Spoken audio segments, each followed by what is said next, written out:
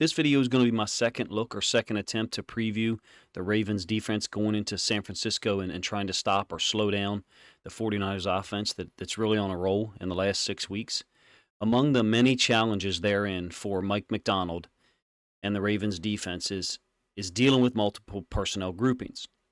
Kyle Shanahan switches from personnel group to personnel group, not on a play-by-play basis, but often. If you look at the drive summaries, you'll see personnel groupings changing 3 times out of every 4 plays, or maybe 3 times out of every 5. That's not necessarily unusual.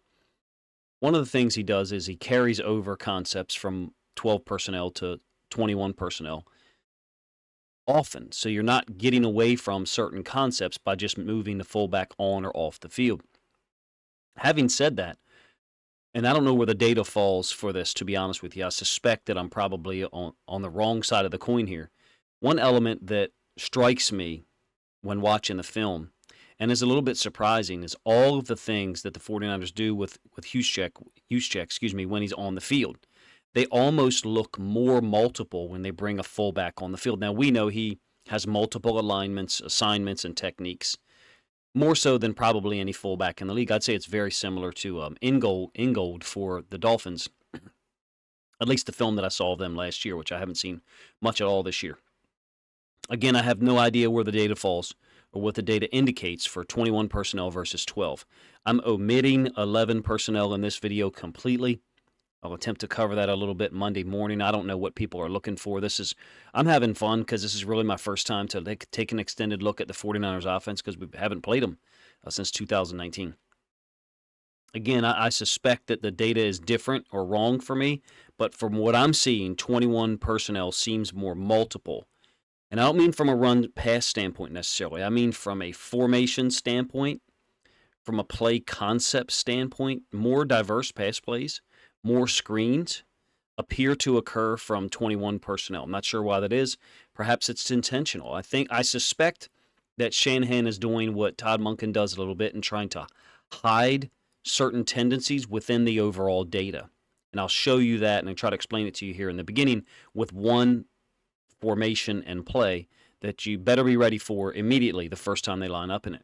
Again, I'm not going to cover 11 personnel. This is going to exclusively focus on 21. So you'll see Juszczyk on the field generally with the guys you see pictured on the screen, Ayuk, McCaffrey, George Kittle, and then Deebo Samuel or perhaps another wide receiver sometimes.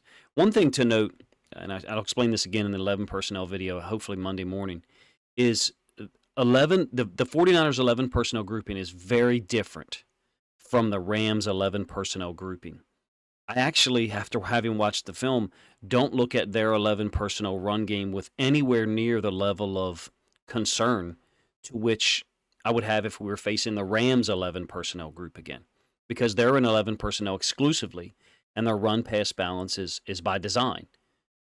Their receivers are expected to block at a high level. They have 2 or 3 who can do so. And in the situations where you as a receiver are not asked to block, for the Rams that is, you're running a jet sweep motion, so you're occupying some people. So in essence, you're still executing a block because you're removing someone from the situation by motion. Unless the 49ers offense undergoes some schematic changes this week or temperament changes in some of their wide receivers, meaning having to find 2 or 3 wide receivers who can and are willing to block on every play, I don't think 11 personnel is where this game will be decided from a run-pass standpoint. And I could be way off in that regard. I'm actually probably one of the few people who's been railing against our 11 personnel run defense for months at this point, really dating back to our loss against the Colts at home in Week 3. Probably reached a fever pitch for me watching us against the Cardinals on the road in, I believe, Week 8. Having said that, watching the film, it's not as much of a concern out of 11 personnel. For me, it's what Mike Macdonald is going to do and what he's prepared the team to do to handle 21 personnel groupings, formations, and plays. Let's get the film started with one specific situation that goes against what I said about the 21 personnel groups being multiple, at least upon film examination, and that's 21 personnel slot I. So Juszczyk is in the backfield as a typical fullback. You have the tight end aligned to one side or the other off the line of scrimmage, so an off-Y alignment. And what you just saw here is what you're generally going to get the first or second time that the 49ers line up in this formation in each game. Some type of run concept to the side of the tight end, whether it's toss, whether it's lead stretch or outside zone like you see here. Now, there are some instances where they go against that tendency in terms of direction, but this here looks like to me a here we come, can you stop us type of situation where Shanahan lines up in this to see what the opposing team is going to do alignment-wise, coverage-wise, and then I'm sure adjust off of that. But this seems to be a foundational play, just like when I showed you the 12 personnel ace. The foundational play is the toss or lead stretch off tackle where the two tight ends are combo or double teaming an edge defender. One of the teams that did a great job, obviously, defending the run against the 49ers was the Vikings. And the first time they saw, actually every time they saw this formation, they appeared to be prepared. Edge defenders, if you ask me, in the NFL, have the ability to disrupt things. I think they have to be prepared by their coaches and their defensive captains on the field for each specific situation. Meaning, first possession, the 49ers come out in 21 personnel and line up in this formation. Your edge defender to the side of the tight end needs to be prepared to set the edge and deal with that tight end immediately. In this case, the Vikings have actually rolled the strong safety, Harrison Smith, up away from the tight end for whatever reason, and nonetheless, they're still able to stop the play because 99 resets the line of scrimmage back behind, almost 2 yards back behind the line of scrimmage, and then the corner to that side is able to physically overwhelm, I think that's Ray McLeod, and then help make the tackle on McCaffrey for only a 3-yard gain. I show you this because I think that there are situations like this hidden within the data. You can see the tight end motioning across against Seattle and then the run play following him. It's the way that certain teams are at every level. They will run to the side where the most receivers are. That's not the way the 49ers are, except in this personnel group and this formation. When Juszczyk is in the field, in the backfield, I should say, in front of McCaffrey, and it's slot eye, this is generally what you're going to get early, a run concept to the side of the tight end. Now, that's not 100% because there's times where the run concept goes away from the tight end, but it follows the fullback. In this case, Juszczyk is going to kind of J-step it and ends up being what I would call F counter, except it's the tight end pulling and not a guard. So you have the fullback and tight end both pulling, short toss to Deebo Samuel. McCaffrey is down here as the receiver to the bottom side of the screen. So when you have Samuel and McCaffrey on the field, I mean, it's pretty unbelievable the versatility that Shanahan has with that group. And Samuel's a guy who could get the ball 10, 12 times a game as a running back and no one would complain because he's just that capable. There'll be more versatile formations and plays that I show you. I wanted to lead off with this one because I felt like it was important to mention it this way. When someone gives you data, you have to take it. And Mike Macdonald is that guy that when you give him data, he's going to do something about it. You may say, well, Coach, it's impossible for players to memorize this information. No, it's not. You do have 3 personnel groupings, 21, 11, and 12. There's a very easy solution for some of this stuff. You make one player responsible for remembering 21 personnel data. Let's say in this case, 55 Van Der Esch. You take a totally separate player, let's say number 1, the nickel, and you make him responsible for 11 personnel data. Now you may say, well, what if that guy gets hurt? Well, then that's a real situation. But what you do is you separate the memorization of it, and B, the defense knows the personnel group before they break the huddle. I'll run this back one more time. You can see them breaking the huddle. It's definitely 21 personnel. You would know that because there's a guy with the green dot who has the ability to communicate with the defensive coordinator for a certain amount of time. If you aggregate or separate, I should say, the memorization of the information, it's far easier to recall it and have actionable data or something that you can do something about on field And I've done this before. I've done this with 11-year-old kids before, so it's not hard. With these guys, it's incredibly easy because they're intelligent and they're highly motivated. If you separate the memorization of it, what you'll end up happening is your smartest player will get pissed off that you didn't ask him to remember all of the information because they want to do that. So in any case, this is my first look at 21 personnel. My intro, I indicated that there were far more multiple in 21 personnel than I would have suspected. This initial foray into it, 21 personnel slot I, kind of goes against the grain of that. By the way, you can see the motion going from right to left to the downside of the screen. And where's the intention of this play or the point of attack? It's a power concept to the downside of the screen with the motion. Regardless of what the rest of the formations and plays look like, this particular instance of what the 49ers are doing is highly predictable. And Mike Macdonald should and hopefully will have something that he's going to do about it. As we go through the data here and I try to present you with patterns or perhaps tendencies that I see, keep in mind that I do have film from 6 games. It totals almost 220 plays. It's 217. So just to reference what I talked about a moment ago, foundational play out of 12 personnel is 1 tight end to each side, ace, because the quarterback's under center. Tailback is on the midline, meaning he's in a direct line with the center and quarterback on the midline, the middle of the formation. Should be self-explanatory. And you have this kind of double team nature on the edge defender by the both tight ends, and then someone is comboing up to the corner to the side where the tight end motions to. In this case, it's actually the tight end. I talked about this play in the first preview that I did, I think Thursday night. The 21 personnel iterations of this are actually more balanced. It's weird. This is another 12 personnel one against Seattle. Switch it up a little bit, as I talked about in the preview. Double team the edge defender here, and then the tight end who's in motion goes and gets the corner. Just 2 different guys exchanging roles, in this case the left tackle and the tight end in motion, on this 20-yard run by McCaffrey against the Seahawks, who played a lot of nickel, regardless of what they saw, 12 personnel, 20 personnel, whatever. The 21 personnel iterations of it, you can see that Juszczyk is now on the field.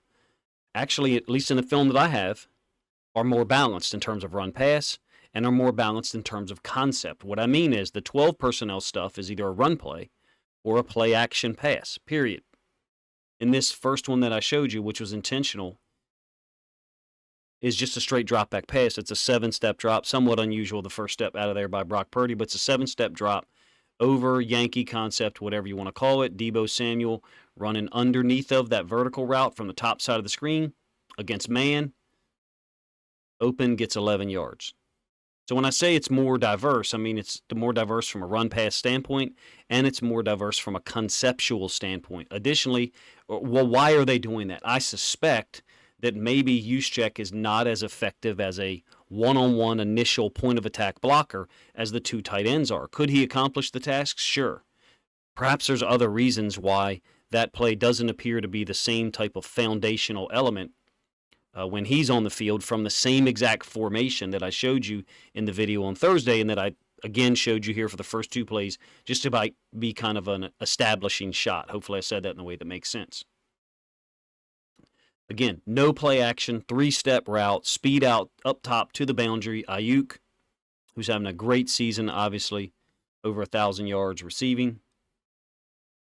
Sometimes they go 21 personnel and Juszczyk is not on the field. So you have Mitchell and McCaffrey on the field at the same time. That's not always going to be this formation, but again, I'm using this as a platform to show you the things that they do in a hopefully structured way to try to get certain guys the football in certain situations. The Vikings were consistently giving this nose and either, a 4-eye and a 3 or 2 4-eyes, whatever you want to call it, with 1 inside linebacker look. In this case, McCaffrey is walked up as the other slot, tight end, whatever you want to call it. And the frontside D tackle, number 90, is able to win with an inside rip. Last play that I'll show you to illustrate what they're doing out of 21 personnel is this. Again, Juszczyk is not on the field. McCaffrey is up to the top side. You guys actually saw this play on Thursday as well. Mitchell is in the backfield with the quarterback. Probably just a pre-snap RPO read where he recognized that no one went with McCaffrey. So he's just taking advantage of Flores in this kind of sticks blitz zero look. Absolutely overwhelms him at the point of attack in terms of numbers, and McCaffrey takes it to the house.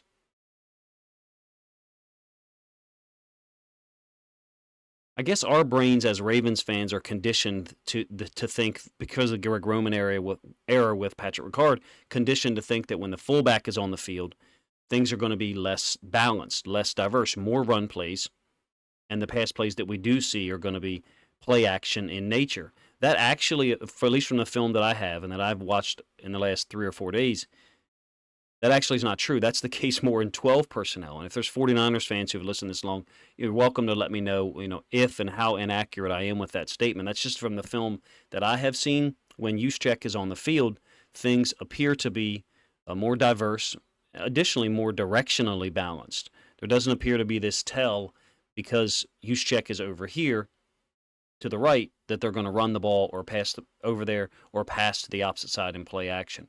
It appears to be very intentional, if you ask me. This last set of plays will be my attempt to illustrate how versatile and how multiple they try to be when Juszczyk is on the field. I'll try to highlight his alignment pre-snap, and then you can hopefully get an idea or get a look at the multiple concepts that are being used. It's certainly not simplistic at all. You do have some carryover. By the way, he's up here in this twin wing formation. It's going to be a play action boot to the downside of the screen. This flood nature with Juszczyk going out into the flats, the tight end Kittle running here, and then this kind of clear out post corner by Ayuk. It ends up being complete to Juszczyk for 9 yards against the Cowboys. He's up into the bunch now against Arizona in Week 15. No gain on this toss play to the downside of the screen. When the toss doesn't have that double team nature to it, and I'll show that to you again here in a moment, that seems to be less effective. Now, additionally, if you've got a corner who's able to recognize that the receiver to the toss side is generally going to go get the safety, that's not uncommon. That's what most teams do. If you have a corner who can get downhill and fill and defeat the block by Deebo Samuel, that doesn't really seem to be that great of an effort, to be, if you ask me, then you can kind of destroy the blocking scheme from the outside.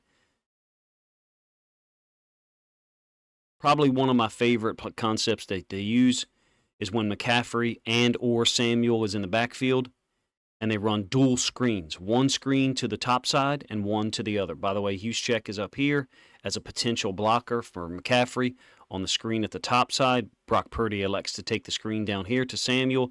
Doesn't hit big. I think it's only like 5 or 6 yards.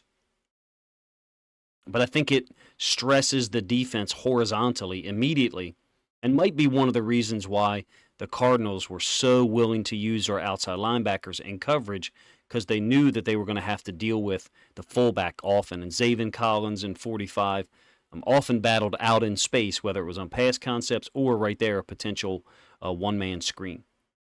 Essentially the same concept against Jacksonville Week 10, except now Samuel is in the backfield, McCaffrey to the downside, and then Juszczyk is still up to the top. He's just not a twin receiver. He's a slot attached to the right tackle. But you have this split flow nature of it. Samuel to the top side of the screen as a potential run threat this time.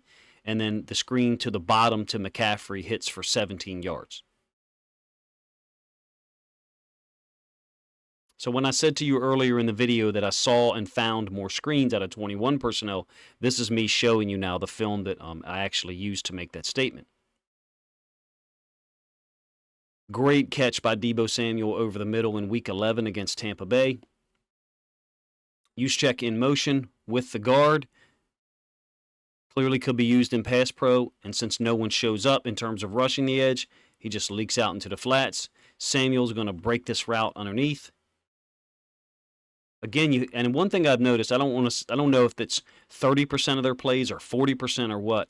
Samuel and McCaffrey's routes often seem to have this split flow nature to it, whereby McCaffrey is going to one side and Samuel is going to the other. That could just be part and parcel of Shanahan's offense anyway, and those two guys just happen to be playing positions that bring them in diametrically opposed directions, but it certainly happens enough that I wonder whether the design is structural or foundational. Juszczyk up top. next to the tight end, so twin slot A. And you'll see the double team here. It's not a toss play. It's a sweep play, outside sweep. People call it wide zone. It's just called sweep 50 years ago. And he ends up double teaming the edge defender with Trent Williams. Again, that's a foundational play that they utilize, our foundational blocking scheme, whereby the edge defender or outside linebacker is engaged with someone, and then a second blocker, most cases a tight end, comes to kick him further outside, and you can see that's exactly where McCaffrey goes. They used this same concept for a long touchdown run in their wild card game last year against Seattle, and it's still successful. So this is my attempt to show how the 49ers offense, at least from my perspective, appears to be more balanced, more versatile, less predictable, if you will, when the fullback Juszczyk is on the field. You may have different observations, or you may have heard a different information from someone else this week. Don't discount what they said. I opened up myself in the beginning and said I may actually be wrong. But from my initial impression, it looks like things are less predictable when the fullback is on the field. And from a Ravens perspective, in the way our brains work, or have been conditioned to work in the past couple of years, that goes against what we learned about when Patrick Ricard was on the field in Greg Roman's offense. I think to a certain extent Todd Monken is doing something similar with Pat Ricard, asking him to be very multiple, lining him up at tight ends often. Greg Roman did that in the past couple of years as well, particularly when we had difficulty in pass pro, which we're experiencing recently. You guys let me know if you enjoy me separating these preview videos by personnel grouping and or concepts. This one I focused on how the 49ers are utilizing Kyle Juszczyk, the former Raven, who I think has had 6 consecutive Pro Bowl designations and looks like he's possibly going to get a 7th. Appreciate you guys' time. If you have any other suggestions or things you'd like for me to cover, please let me know in the comment section. I do intend for Monday morning to have a preview out on the 49ers 11 personnel groups and follow up with a request by multiple people, which is to look at the 49ers' favorite third down passing concepts. Appreciate you guys' time.